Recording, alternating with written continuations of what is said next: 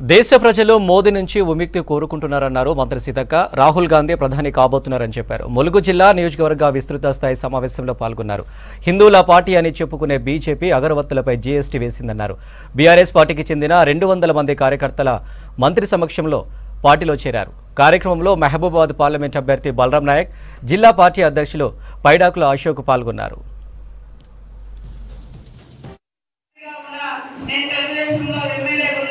మరి అన్న చెల్లెలాగానే ఉన్నాం. మా ఇద్దరిది కూడా పక్క ఊరే. మా వాళ్ళ ఊరు దాకా నా ఊరు 2 కిలోమీటర్లు, ఇద్దరు ఒకటే ఎంపీటీసీ పరిధి.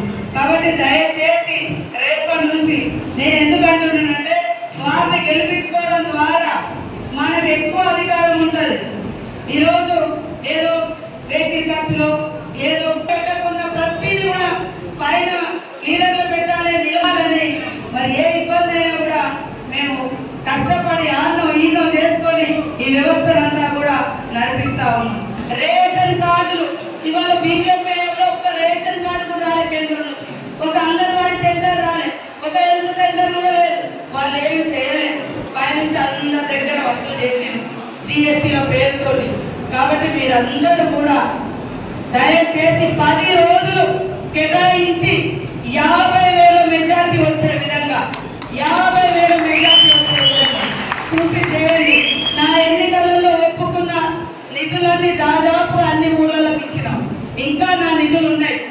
నాకు మొన్న సీఎం పడి ఏది కమ్యూనిటీ అవి కాకుండా దాదాపు 300 కోట్లతోటి మరి ఆర్ఎన్బి కానీ, ఐటీడీఏ కానీ, పిఆర్ కానీ అన్ని నిధులు వచ్చినాయి.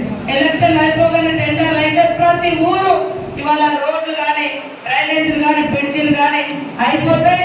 అదేవిధంగా మనం ఒప్పుకున్న గుడి కానీ, బడి కానీ, కమ్యూనిటీ హాల్స్ కానీ వాటికి కూడా నా దగ్గర నిధులు ఉన్నాయి.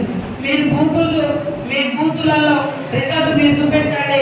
మరి దాని ప్రకారంగా నిధులు కూడా నేను ఇచ్చే బాధ్యత నాది.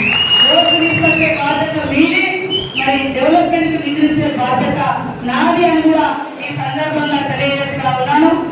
ఏ రీతికేను ఎమ్మెల్యేలు కాంగ్రెస్ లో ఉన్నారు. ఈరోజు అక్కడ నాకు ఒక్కడే ఎమ్మెల్యే. 2 లక్షల తేడా కాంగ్రెస్ కు, టీఆర్ఎస్ కు 2 లక్షల తేడా. వాళ్ళు 2 లక్షలు మనకంటే ఎక్కువ ఓట్లు వచ్చినాయి. కానీ ఈ రోజు అందరిని దాటేసి మరి గెలుపులో ఉన్నాం. మెజార్టీ కోసం పోటీ పడుతున్నాం. ఇలాంటి ట్రైనింగ్లు అయిపోయినాయి. ఒక్కొక్క నియోజకవర్గం 3 సార్లు మీటింగ్లు పెట్టాం. ఊరూర ప్రచారం జరుగుతుంది ఇప్పుడు.